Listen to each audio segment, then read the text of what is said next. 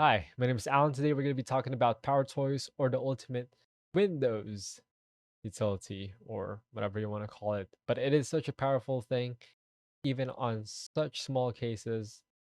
This might improve your workflow. So let's get started. So as you can see, I'm on a desktop right now, and we're going to be talking about, of course, how to install PowerToys. What is Microsoft PowerToys actually? These are kind of like things, bits and pieces of things that Microsoft want to implement on the stable release of Windows, but has yet to do so because they're still trying to get feedback from the community, and or they're just lazy to implement it. Well, anyways, this program is only available for Windows 10 version 2004, or specifically version number 19041 or newer, and all Windows 11 versions.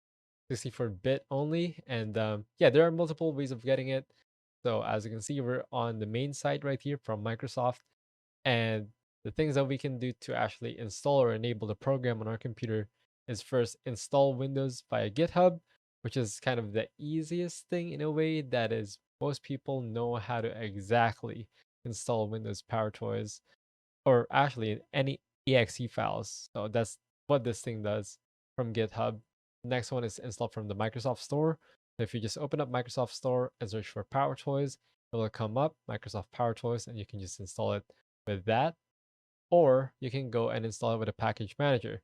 To do that, you want to open PowerShell, run as administrator, as you can see, and then just copy this whole PowerShell thing right here, paste it, press enter, and that would install PowerToys. You can also do this or use this, but we're not going to dive into those anymore. We're going to be going with the install with the Windows executable file by GitHub, the most user-friendly one in a way. So let's click install PowerToys. It's going to take us to the GitHub, and you scroll down. You click this PowerToys setup -0.68. Depending on whenever you watch this video, the version might have changed. So we just click install or download the exe file, and then execute that. As always, press next, next, next, next until you land with this thing, with this icon on your desktop called PowerToys Preview. Now we can open this up and then boom, pop up with this window. So we're going to be talking about the features that it allows us, the user, to actually do in our Windows machine. So of course, we're going to be on the general tab right now, and it doesn't really show us much. As you can see, let me just resize the window so it fits perfectly. There you go. We're on this version right now. You can automatically install updates and also run it as administrator whenever your computer or PC starts on. And then you can change the app theme, dark or light, depends on you. Run at startup. So as soon as you turn on your computer, the program will also launch in the background. And you can also back up and restore all the settings, because there's a lot of utilities, as you can see on the left side of the screen. As you can see, we have always on top, awake, color picker, FancyZones, etc. And we're going to take a look at all of that, or all of those utilities, in just a moment. So for me, I have enabled the experimentation with new features. So I will try to go through this whole software without being too in-depth or technical, and I don't want to waste any of your time. So we're just gonna take a look at it, tell you what it does, and how to use it. So first one, right here, always on top. So of course we want to enable it. I don't usually use this, but we can enable it for this time. As you can see, if I enable this, the activation shortcut would be, at default, would be Windows Control T, and then do not activate when the game mode is on. Because of course, if you accidentally press Windows Control T, we don't want that to pop up while in our game, right? So you can also exclude programs. You can also pin the sounds to some window. If you drag them down, you're not going to be able to hear the sound coming out from that window. Also, you can do a show border, pinned window.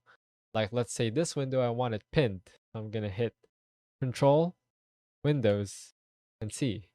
As you can see, now it is now on top. And let's say I open up Brave, this one will still be on top. Now the thickness, px stands for pixels. I lower this down so it doesn't look too weird or annoying. Let's just do 3. As you can see, this is on top, but I'm dragging the window below it. That is basically what always on top does. This is basically very useful if you want to pin programs above certain programs, so you don't want to keep alt tabbing and whatever. You just want to see what's in there. So that's one of them. Do that. I'm gonna enable that out actually. So moving on to the next one, enable awake. Basically, this one just enables a little bit of movement within the system so your PC never goes to sleep. As you can see, the mode manage the state of your device when awake is active. So what I want to do is keep awake indefinitely. So that's gonna keep my screen on forever. You can just disable screensaver. That would also do the trick, but this is just a convenient way to do it as easy as it can get. So moving on, color picker. Basically, if you're an editor, this is a must-have. I don't use this, but I am an editor. But hey, let's say I want to see what the exact like color of this gray right here. I can just hit Shift, Windows, and C. As you can see, it says 2020. That's the hex code for this color right here. So let's just click that. As you can see, if you click anywhere or any part of the screen, it'll show you both the hex code, RGB code, and HSL, which is all useful if you're an editor. But I don't need that for now, so I'm going to disable it. Now, moving on, we have FancyZones. FancyZones basically just allows you to create your own kind of, let's say if I drag this window up on top, there's already like preset. But for this one, preset for multiple programs. As you can see, there's a lot of things that you can work with. There's hold shift, use on primary monitors, show zones on all monitors, zone appearance, opacity. There's a lot of things. These are all very self-explanatory. It depends on what you want. So I'm not going to be telling you exactly what to do, but I'm going to show you how you can use it. So let's say launch the layout editor. As you can see, I have two monitors, so it has one, two, both 1080p displays. Let's just do a priority grid. So I'm going to create this new layout, and then I'm going to do, I'm going to name it for tutorial. Let's create. And then we're going to do, as you can see, it shows you how to use it. Splitter, hold shift key for vertical split. Click and drag the zones. Shift S to split currently focus zones. Let's say we're dragging. And then if we press Shift Windows and tilde, it's going to ask us to do our own little thing. Let's say, let's just do rows. We select that, double click on that. Now we hold this window, we hold any windows, we press Shift. Now as you can see, we can just drag things to where we want them to be. There you go, 1, 2, 3, and that's the rows. There's a lot of, like a lot more settings that you can fiddle around with that. But for now, we're going to stick with that. And that's the basic usage of the FancyZones. That messed their little thing up, but that's all right. All right. I'm going to disable that, but we're going to move on to the file locksmith. Now, this one, I cannot really show. Oh, you know what? I think I can show you this one. We can enable a file locksmith. Basically, it's a window shell extension to find out which processors are using or processes are using the selected files. Basically, right click any of the files, you go into what's using this file, and then it should show us file locksmith. There's no result because I'm not by technicality using that file. But if does that make any sense? Let's say you have a text file, you're currently editing it on Notepad++ or Notepad, that would pop up in the list right here. So we just turn that on. That's great. See what exact process is using our little file. File Explorer add-ons. A lot of things here, but I'll run you through it. Scalable vector graphics, that SVG would now be shown instead of not. Markdown, it's basically the marking. Source code file, this one, like it shows you everything. Shows you on the preview pane what's in it, what's in it, and what the file does, or what's like the image or video in it on the preview pane. Now for the thumbnail icon preview, basically the cache, as you can see, some files, let's say you have an .ai file right here, it's not going to show sometimes, even if you have the thing installed.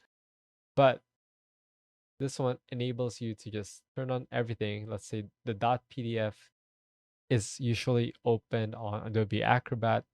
It would show not just the Adobe Acrobat icon, but also the file look itself or the format of it inside. But that's just File Explorer add-ons. Usually very useful for just general things. Just turn it on. As soon as you get this, just turn it on. very helpful. Host file editor, I cannot show you this one because you're gonna see the IP things, and we don't want that. So this one, I hope you're familiar with host editor. If not, then you might want to give a quick search in Google, because host files basically shows you what IPs kind of you allow and not allow in the Windows. That's kind of the gist of it. So I'm not going to show you that because I don't want you to see any IPs related to that, but it basically just launches the host file editor without you having to dig on the system files. It's just like a convenient thing. Everything here is convenient anyway, so hopefully that made sense. Going to image resizer, we're going to turn it on. There's a lot of presets, there's a lot of encoders, formats, whatever. So give me a moment. I'm going to grab a photo and then we're going to resize it using the image resizer. All right, so now we are back. So I just quickly took a screenshot of my folder right here. This is going to be our main image for now. As you can see, the file size is currently 254 by 331 or 321 with all of the file size and whatever. Now I just want to resize this. Right click. Once this is enabled, as you can see, you can have presets, but we're not going to fiddle with that for now. But if you right click this, resize pictures, you can select how big or how small. Let's say I just want to make it large, and then ignore the orientation pictures, resize the original, not create copies. I would check that because I just want to change this one. I don't want to make a copy of it that has the change, and then we're not going to remove the metadata. So we're just going to do resize, and then it might not have changed because it's already small. But if you guys have seen before, the resolution was different. Now it's a lot bigger, though it's going to be blurrier. It is now bigger than before. So that's just basically image resizer is very useful trick, especially if you have all of these set up and you just want a quick quick change of your image without having to use a website or program. Just use image resizer from PowerToys. Now, keyboard manager, the one that I literally use every single day. All you just have to set it up once and leave it. It's called the keyboard manager. What it allows you to do is remap a key. So as you can see, I already have mine set up. So we're not going to change anything because this is my main computer. I don't want to fiddle around with the stuff that I'm already used with. Just to show you, as you can see, you click this plus sign, one of these type of segments would pop up. You click type, you press something on your keyboard, and then you head over here and select from all the type of keys possible in a keyboard to what input you want. So basically now if I press the apps menu on my keyboard, which is the kind of like square with triple dash on my keyboard, it will now register on this computer or in this machine that has PowerToys Keyboard Manager as F23. Just think about how cool is that. There are multiple things that you could do. You can also remap into kind of some binds instead of just a key. You can do like a command. A lot of things. Just experiment with it. I use this on OBS, so as you can see, I currently don't have my page up and down because they are now unavailable. They are set into F16, and for the page down, it is set to F17. We're just gonna press cancel on this one. Press OK once you fiddle around with the settings though, and then it would just work as you did set it up. We're doing mouse utility. Mouse utility is just a thing that a lot of professor would like. Because now if I do enable find my mouse, if I press left control twice, I think this was on, press left control twice, as you can see, it's going to highlight where my mouse is. And this is very amazing for tutorial. I might have to turn this on whenever I do tutorials, just so you guys can quickly see like, hey, we're talking about mouse utilities. Press control again, fades out. So those are just things. Let me just turn that on actually again. You can exclude apps where you don't want that feature to proceed if you accidentally press double controls. You can do mouse highlighter, so Windows Shift H. As you can see, we can kind of like drag. So we have left and right. So left does yellow, and then right does blue. I'm gonna disable that. That's no use for me. Mouse jump allows you to make the mice jump in a far part of the screen. Especially useful if you have multiple monitors, like let's say 6, like this. You just press the Shift D. It's gonna show you your full double monitor, and you just wanna, let's say I want my mice on the top left. Boom. Now here, as you can see. So that's just cool. Now we're gonna do I'm gonna disable this for now. Just do that. Then we just do paste as plain text. Paste as plain text basically works as if you copy something from a website. Let me just open a Word document real quick. I would do this. I press Control V. Let me copy something. Control V.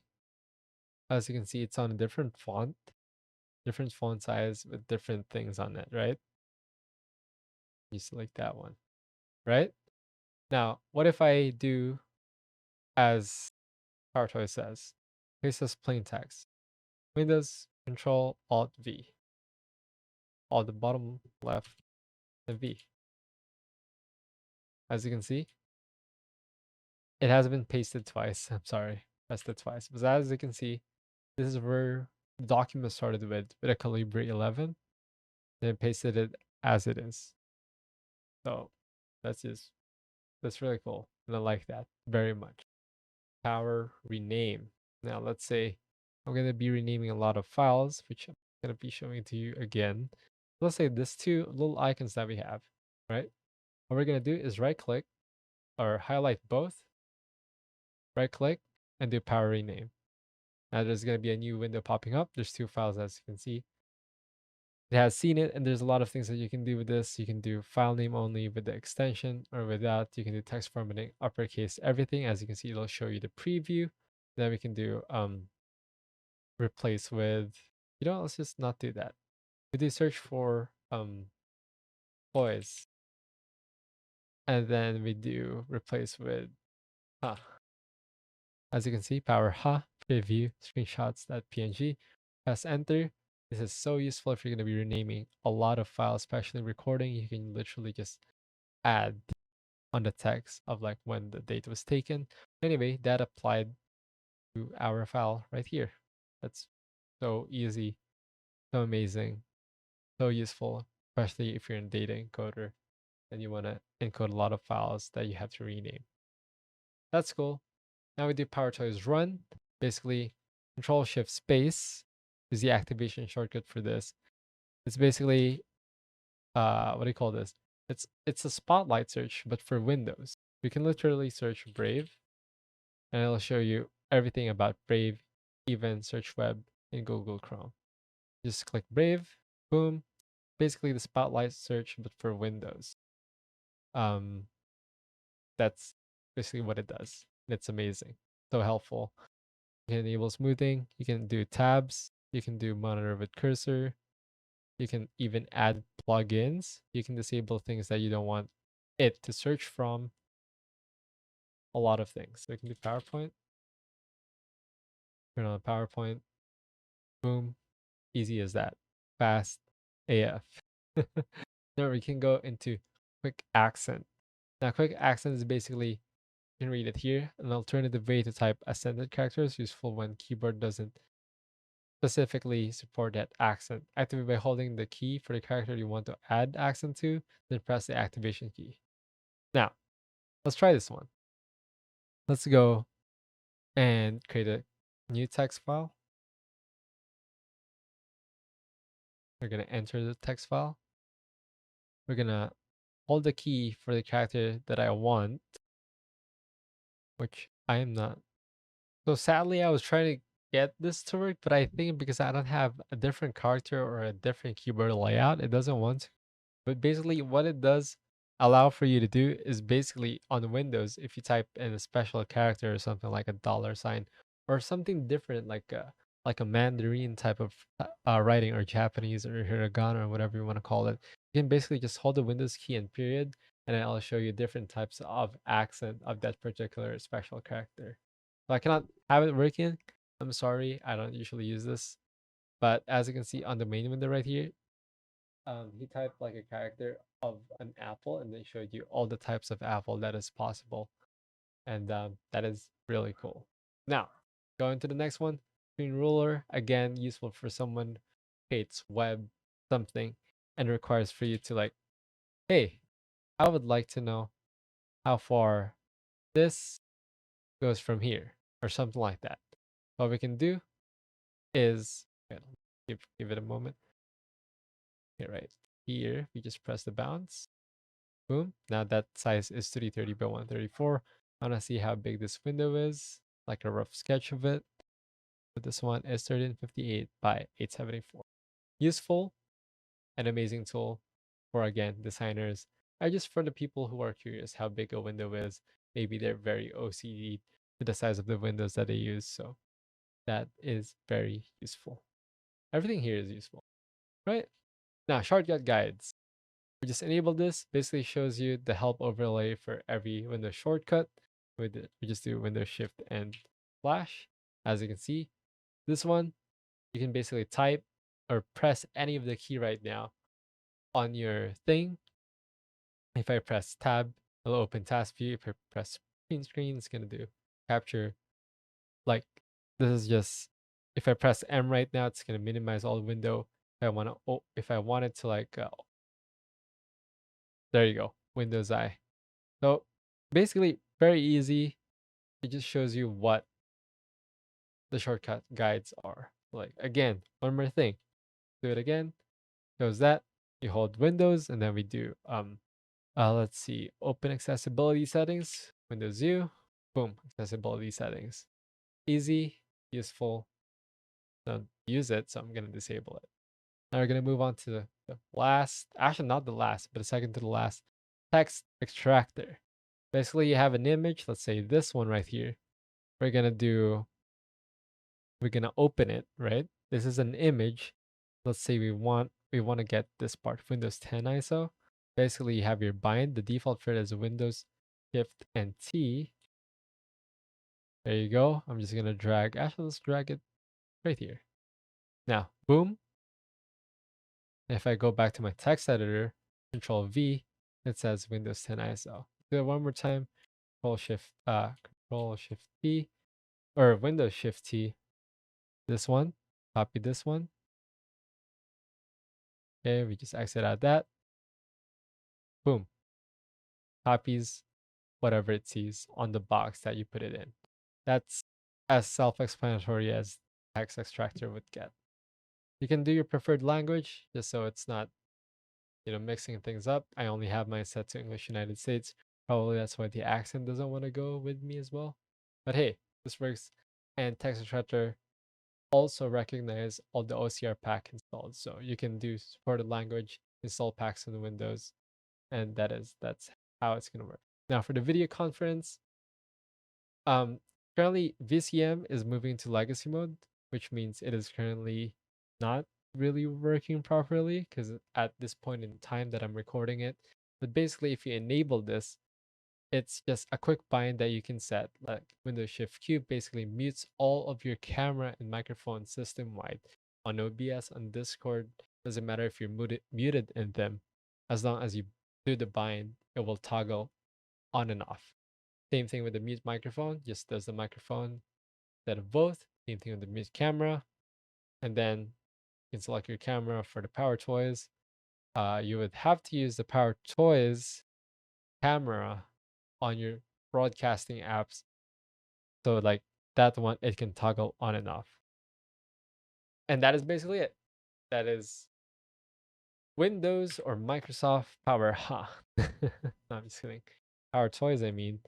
And that is where this video would end. Again, my name is Alan. Hopefully you did learn a thing or two about doing or using the ultimate Microsoft tool or ultimate Windows tool that is available for Windows 10 and Windows 11. In this video, again, if you did learn something, make sure to check out the article below from Hawkdive and leave a like, comment, and subscribe. Thank you for watching and have a good night.